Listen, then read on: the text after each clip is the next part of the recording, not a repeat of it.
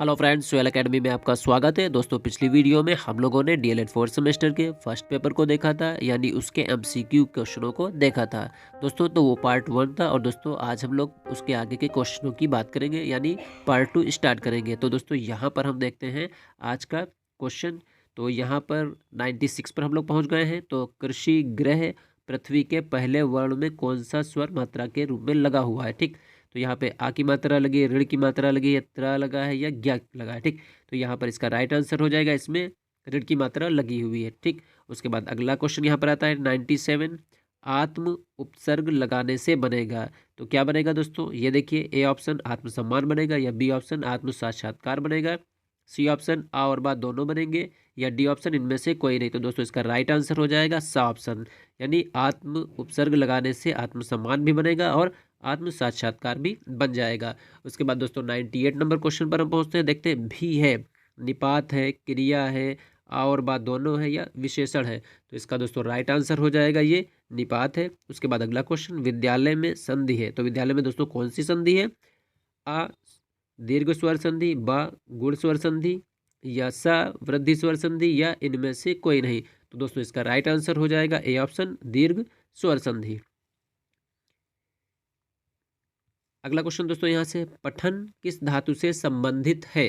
तो A option पठ, या बी ऑप्शन गम, या सी ऑप्शन दोनों, या इनमें से कोई नहीं। तो दोस्तों ये पठ धातु से बना है, तो इसका राइट आंसर ए ऑप्शन हो जाएगा। उसके बाद दोस्तों अगला क्वेश्चन, क्रिया के आधार पर पठन कितने प्रकार का होता है। तो दोस्तों इसका राइट आंसर देखिए, A option 1, B option 3, C option 4, या डी ऑप्शन 2। तो इसका दोस्तों राइट आंसर हो जाएगा, ये हो जाएगा 2। ठीक, राइट आंसर इसका डी ऑप्शन हो जाएगा। फिर उसके बाद अगला क्वेश्चन, क्रिया के आधार पर पठन है। ठीक, तो यहाँ पे सस्वर पठन यानी मौखिक पठन, उसके बाद मौन पठन, उसके बाद आ और बा दोनों, या इनमें से कोई नहीं। तो इसका राइट आंसर हो जाएगा सी ऑप्शन आ और बा दोनों, यानी क्रिया के आधार पर पठन क्या है, सस्वर पठन भी होता है जिसको मौखिक पठन भी कहते हैं, उसके बाद मौन पठन भी कहते हैं। अगला क्वेश्चन दोस्तों आता है कि किसका कथन है, पठन लेखन द्वारा उद्दिष्ट सुलिखित सुवर्णित प्रतीकों को किसी के अनुभव की विधि से उसको संबंधित करके सार्थकता देने की प्रक्रिया है। ए ऑप्शन डिसेंट, B option Froebel, C option Gandhi ji, या डी ऑप्शन प्रेमचंद्र। तो दोस्तों इसका राइट आंसर हो जाएगा ए ऑप्शन डिसेंट। अगला क्वेश्चन, अंग्रेजी वर्णमाला में कितने अक्षर हैं। ठीक, 25 हैं, 26 हैं, 52 है, 52 है, या 54 है। ठीक है, तो इसका जो राइट आंसर हो जाएगा वो हो जाएगा 26। ठीक, बी ऑप्शन। अंग्रेजी वर्णमाला में कितने स्वर यानी वॉवेल कितने हैं।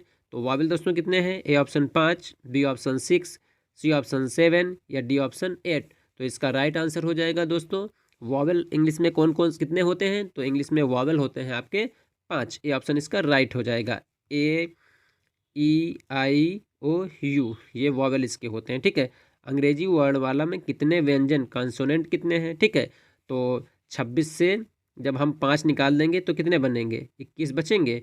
तो ये 21 इसका कॉन्सोनेंट होते हैं। ठीक है, तो राइट आंसर देखिए दोस्तों, इसका 21 हो जाएगा। ठीक, ए ऑप्शन इसका राइट होगा। ठीक, अगला क्वेश्चन दोस्तों यहाँ से आता है, अंग्रेजी वर्णमाला के स्वर हैं। अब देखिए दोस्तों कौन कौन से इसके स्वर हैं। A option A E I R है, या ए ई है, या ए ई आई ओ यू, या ए ई आई ओ पी। तो इसका राइट आंसर हो जाएगा, अंग्रेजी वर्णमाला के स्वर दोस्तों कितने कौन से हैं, वो ए ई आई ओ यू, 5 ये स्वर हैं, ध्यान रखिएगा इसको। अगला क्वेश्चन दोस्तों यहाँ से आता है, निम्न में से हंस पद का चिन्ह है। तो हंस पद का ये कॉमा है, या ये फिर उसके बाद डैश, या ये है। तो दोस्तों इसका राइट आंसर हो जाएगा 108 का ये हंसपद है दोस्तों यहाँ पे, यानी कहीं पर अगर कुछ छूट जाता है तो उसकी जगह पर ये लगा के इसके यहाँ पर लिख दिया जाता है। ठीक है, ऊपर। उसके बाद दोस्तों अगला क्वेश्चन यहाँ पर आता है कि निम्न में से उद्धरण का चिन्ह है। तो दोस्तों उद्धरण का चिन्ह कौन सा है, ए ऑप्शन, बी ऑप्शन देखिए, सी ऑप्शन देखिए, डी ऑप्शन देखिए। तो इसका दोस्तों राइट आंसर हो जाएगा, ये हो जाएगा ए ऑप्शन, यानी किसी महापुरुष की जब बात होती है तो उसको इन्वर्टेड कॉमा में इस तरीके से लिखते हैं। ठीक है, ये चीज़ हो जाती है। अगला क्वेश्चन दोस्तों यहाँ पर आता है, शक्ति भक्ति ज्ञान विज्ञान अरहर मगहर शब्द निम्न में से किसे प्रदर्शित कर रहे हैं। ठीक है, तो यहाँ पर देखिए विलोम शब्द को या तुकांत शब्द को या अतुकांत को या सभी को प्रदर्शित कर रहे हैं। तो दोस्तों ये तुकांत शब्द हैं, ठीक है। उसके बाद दोस्तों अगला क्वेश्चन, स्पर्श व्यंजन की संख्या कितनी होती है? तो स्पर्श व्यंजनों की संख्या दोस्तों कितनी होती है? 28 होती है, 25 होती है, 29 होती है या 30 होती है। तो इसका राइट आंसर हो जाएगा 25, ठीक, यानी बी ऑप्शन इसका राइट होगा। अगला दोस्तों क्वेश्चन यहाँ पर आते हैं, निम्न में से स्पर्श व्यंजन है तो यारा ला, यारा वाला या शा स शाह या छोटा आ या का और खा। तो इसका राइट आंसर हो जाएगा का और खा, ये स्पर्श व्यंजन होते हैं, ठीक है। दोस्तों अगला क्वेश्चन यहाँ पर आते हैं, संयुक्त व्यंजन है। पहला ऑप्शन देखिए, दूसरा देखिए, तीसरा देखिए, चौथा देखिए। तो इसका राइट आंसर ये हो जाएगा, ठीक। और संयुक्त व्यंजन दोस्तों कितने होते हैं? ये होते हैं 4, छ, त्र, ज्ञ और श्र, ये संयुक्त व्यंजन होते हैं। क्लियर। उसके बाद दोस्तों अगला क्वेश्चन यहाँ पर, संयुक्त व्यंजन श्र बना है, ठीक, यानी ये जो श्र है किन शब्दों से मिलके बना है? तो दोस्तों ये बना है, ए ऑप्शन देखिए, श और रा से या का और शा से या त्र रा से या ज और ज्ञ से। तो ये श और रा से मिलके ये ऑप्शन बना है, ठीक है, श्रा बना है, ठीक। तो इसका राइट आंसर ए ऑप्शन हो जाएगा। हिंदी वर्णमाला में अयोगवा है। तो दोस्तों देखिए अयोगवा कौन कौन से, ए ऑप्शन को देखिए, बी को देखिए, सी को देखिए, डी को देखिए। तो इसका दोस्तों राइट आंसर हो जाएगा बी ऑप्शन, अंग और आह, ये अयोगवा है, ठीक। द्विगुण, द्विगुण व्यंजन है तो A option, B option, C option या डी ऑप्शन। तो इसका राइट आंसर हो जाएगा ये द्विगुण व्यंजन है। निम्न में से कौन घोष वर्ण है? A option, B option, C option या डी ऑप्शन। तो इसका राइट आंसर हो जाएगा दोस्तों सी ऑप्शन, माँ जो होगा ये घोष वर्ण है, ठीक। अगला क्वेश्चन यहाँ पर दोस्तों आता है 119 पे हम लोग पहुँच गए हैं और देखते हैं कि निम्न में से कौन अघोष वर्ण है, ठीक। तो A option, B option, C option या डी ऑप्शन। तो दोस्तों इसका राइट आंसर होगा ये डी हो जाएगा, ठीक है। उसके बाद भाषाई कौशल का सही क्रम क्या है? तो सुनना, बोलना, पढ़ना, लिखना या पढ़ना, सुनना, बोलना या सुनना और पढ़ना या सुनना और लिखना। तो दोस्तों देखिए भाषाई कौशल का सही क्रम क्या होगा? सुनना, ये ऑप्शन हो जाएगा। पहले सुनते हैं, फिर बोलते हैं, फिर पढ़ते हैं, फिर उसके बाद लिखते हैं, ठीक, ये हो जाएगा। उसके बाद यहाँ पर आते हैं दोस्तों, अगला क्वेश्चन देखते हैं कि भाषाई कौशल का पहला चरण है। तो पहला चरण दोस्तों क्या है? लिखना है, पढ़ना है, बोलना है या सुनना है। तो इसका राइट आंसर हो जाएगा सुनना, पहले हम सुनते हैं, ठीक है। अगला क्वेश्चन, वह कौन सी भाषा है जिसमें शिक्षण करने से बालक आसानी से सीखते हैं, ठीक है। तो राष्ट्रभाषा, राज्य भाषा, विदेशी भाषा या मातृभाषा। तो दोस्तों मातृभाषा जो होती है इससे आसानी से बच्चा क्या होता है, वो सीख जाता है, ठीक है। अगला क्वेश्चन दोस्तों यहाँ पर आता है, मातृभाषा है अंग्रेजी, हिंदी, गणित या संस्कृत। तो इसका राइट आंसर हो जाएगा मातृभाषा हिंदी है, ठीक। अगला क्वेश्चन दोस्तों यहाँ से आता है कि बालकों की प्रथम पाठशाला है, विद्यालय है, आंगनबाड़ी, परिवार या गांव। तो दोस्तों परिवार जो होता है ये बालक की प्रथम पाठशाला होती है, ठीक है। अगला क्वेश्चन दोस्तों हम लोग देखते हैं कि हिंदी का संबंध किस लिपि से है, यानी हिंदी किस लिपि में लिखी जाती है? देवनागरी, ब्राह्मी, ए और बी दोनों या कोई नहीं। तो इसका राइट आंसर हो जाएगा हिंदी जो होती है वो देवनागरी लिपि में लिखी जाती है। अगला क्वेश्चन यहाँ से, हिंदी शिक्षक जब शिक्षण कार्य करता है तो उसे क्या करना चाहिए? सस्वर वाचन करना चाहिए, मौन वाचन करना चाहिए, ये आ और बा दोनों या इनमें से कोई नहीं। तो दोस्तों इसमें इसका जो राइट आंसर हो जाएगा वो हो जाएगा सा, पहले उसको सस्वर वाचन करना चाहिए, फिर उसको मौन वाचन करवाना चाहिए बच्चों से, ठीक। अगला क्वेश्चन दोस्तों यहाँ पर आता है, पद शिक्षण में आवश्यक है, ठीक। तो सस्वर वाचन, मौन वाचन, आ और बा दोनों या कोई नहीं। तो दोस्तों इसमें सस्वर वाचन जो है आवश्यक होता है, ठीक है।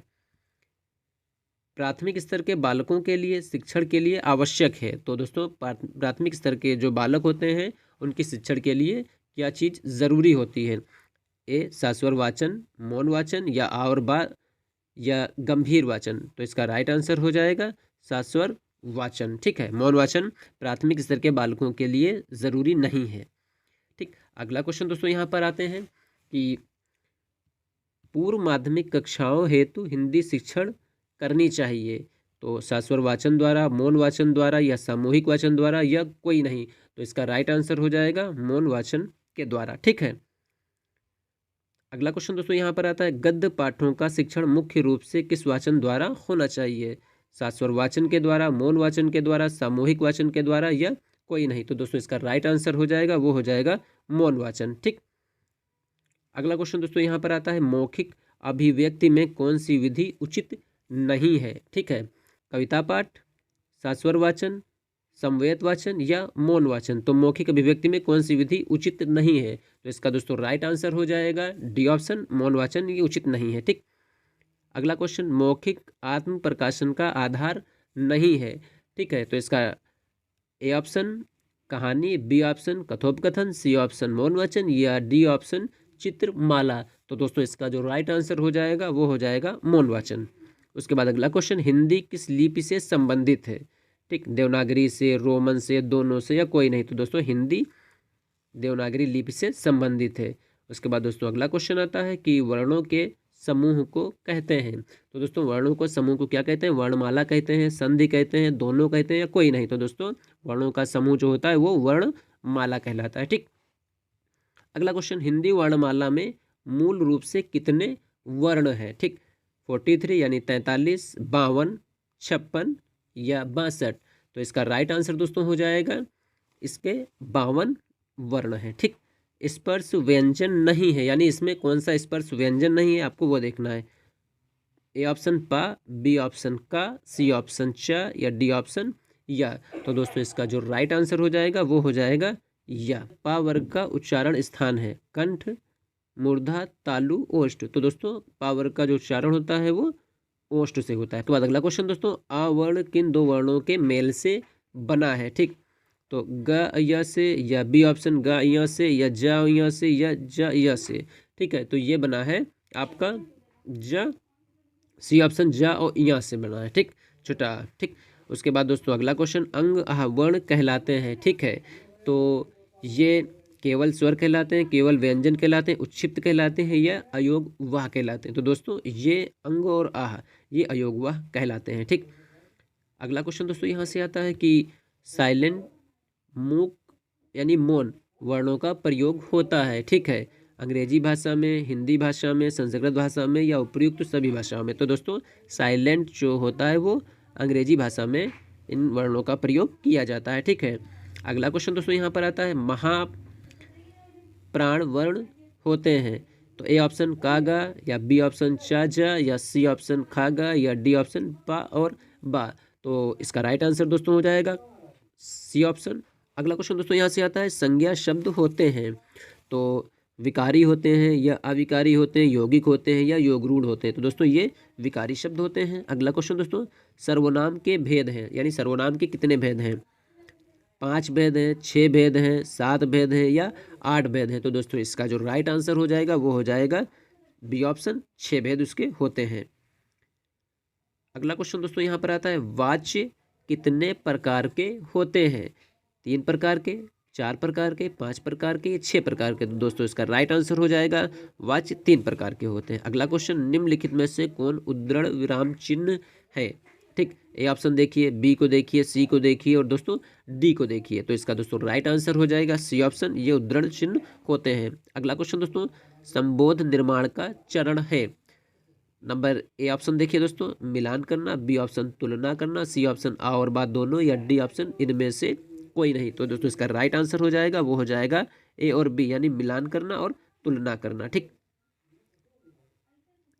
अगला क्वेश्चन दोस्तों यहाँ से आता है, संबोध निर्माण के आधार पर निम्न में से कौन सा सत्य है? ठीक, ए ऑप्शन देखिए, वस्तुओं तथा घटनाओं के बारे में अनुभव, घात से आघात के क्रम में अनुभव, अवधारणा या संबोधन निर्माण हेतु प्रत्यक्षीकरण या डी ऑप्शन मृत अमृत के क्रम में अनुभव? तो दोस्तों इसका जो राइट आंसर हो जाएगा वो हो जाएगा डी ऑप्शन, मृत अमृत के क्रम में अनुभव। ठीक, 65,342 78,443 जोड़ने पे प्राप्त संख्याओं के हजार वाली संख्या क्या है? तो ए ऑप्शन देखिए 5, बी ऑप्शन देखिए 3, 4 ऑप्शन देखिए, सी ऑप्शन देखिए 4 या डी ऑप्शन देखिए दोस्तों 6। तो इसका दोस्तों राइट आंसर हो जाएगा वो हो जाएगा बी ऑप्शन। आप इसको जोड़ लीजिएगा यहाँ से। ठीक। अगला क्वेश्चन दोस्तों, संख्या 6534 को 7 से भाग देने पर भागफल और शेषफल निम्न में से क्या होगा? ठीक, तो दोस्तों 6534 को 7 से भाग देने पर भागफल और शेषफल में क्या होगा? तो इसका राइट आंसर हो जाएगा, इसका राइट आंसर होगा 933 भागफल होगा और 3 जो होगा वो शेषफल होगा इसका। अगला क्वेश्चन यहाँ पर आता है कि एक आयल मिल की वार्षिक आय 3,97,706 है और दूसरे आयल मिल की वार्षिक आय 2,46,759 है। तो पहले मिल की वार्षिक आय दूसरे से कितनी अधिक है? ठीक है, तो इसका दोस्तों राइट आंसर हो जाएगा बी ऑप्शन 1,51,037 रुपया। ठीक है, ये से अधिक होगी। अगला दोस्तों क्वेश्चन यहाँ पर आता है 151 नंबर कि छत्रज्ञ, ठीक है, ये व्यंजन है तो लुंठित है, उष्म व्यंजन है, संयुक्त व्यंजन है या उच्छिप्त? तो दोस्तों ये संयुक्त व्यंजन है। अगला क्वेश्चन, जिन शब्दों में काम का होना या करना प्रकट होता है उन्हें क्या कहते हैं? तो दोस्तों उनको कहते हैं संज्ञा कहते हैं, सर्वनाम कहते हैं, क्रिया कहते हैं या विशेषण कहते हैं? तो दोस्तों राइट आंसर हो जाएगा वो हो जाएगा सी ऑप्शन, उनको क्रिया कहते हैं। अगला क्वेश्चन दोस्तों यहाँ से आता है, जिन शब्दों के अर्थ समान होते हैं उन्हें कहते हैं, ठीक है, तत्सम कहते हैं, पर्यायवाची शब्द कहते हैं, विलोम शब्द कहते हैं या विशेषण शब्द कहते हैं? तो दोस्तों उसका राइट आंसर हो जाएगा जिन शब्दों के अर्थ समान होते हैं उनको पर्यायवाची कहते हैं।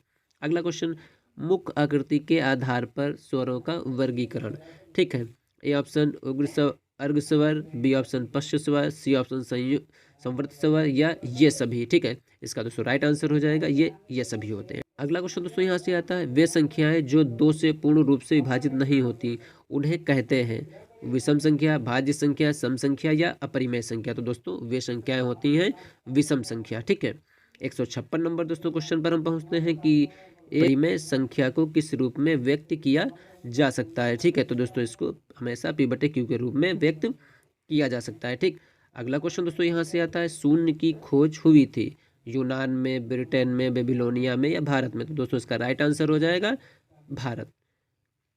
990 में 9 का स्थानीय मान, ठीक है, तो ए ऑप्शन 10, बी ऑप्शन 100 या दोनों या डी ऑप्शन इनमें से कोई नहीं? तो इसका राइट आंसर हो जाएगा दोनों हो जाएगा। ठीक है, अगला क्वेश्चन दोस्तों यहाँ से आता है कि आंचल में है दूध और आंखों में पानी, ये कथन किसका है? ठीक है, ये कविता की पंक्ति है, किसकी है? तो मैथिली शरण गुप्त की, सुमित्रानंदन पंत की, जयशंकर प्रसाद की या सुभद्रा कुमारी चौहान की? तो दोस्तों इसका राइट आंसर हो जाएगा मैथिली शरण गुप्त। उसके बाद दोस्तों अगला क्वेश्चन, 1 से 9 तक की संख्याओं का ज्ञान छोटे छात्रों को किन माध्यमों से कराया जाना चाहिए? ठीक, खेल के द्वारा या कविता द्वारा, मूर्त वस्तुओं द्वारा या उपर्युक्त सभी के द्वारा? तो दोस्तों इसका राइट आंसर हो जाएगा उपर्युक्त सभी के द्वारा। खेल के द्वारा हम संख्याओं का ज्ञान करवा सकते हैं, कविता के माध्यम से संख्याओं का ज्ञान करवा सकते हैं, मूर्त वस्तुओं के द्वारा भी संख्याओं का ज्ञान हम करवा सकते हैं। अगला क्वेश्चन दोस्तों यहाँ से आता है, सबसे छोटी समअभाज्य संख्या है, ठीक है, तो इसका राइट आंसर दोस्तों क्या होगा? देखिए 1 होगा, 3 होगा, 2 होगा या 5 होगा? तो दोस्तों इसका राइट आंसर हो जाएगा सी ऑप्शन 2। तो फ्रेंड DLED 4th सेमेस्टर के फर्स्ट पेपर के ये MCQ के सेकंड पार्ट था। तो उम्मीद है दोस्तों वीडियो आपको जरूर पसंद आएगी, क्वेश्चन भी आपको जरूर पसंद आए होंगे। तो दोस्तों जिन लोगों ने अभी तक हमारे चैनल SOIL Academy को सब्सक्राइब नहीं किया दोस्तों, तो जरूर सब्सक्राइब कर लें, वीडियो को लाइक और अपने दोस्तों में जरूर शेयर करें। और दोस्तों मिलते हैं बहुत ही जल्द, क्योंकि बचे हुए MCQ को अगली वीडियो में हम लोग जरूर पूरा कर लेंगे। दोस्तों अपना ख्याल रखें और अपनी स्टडी को फोकस करिए।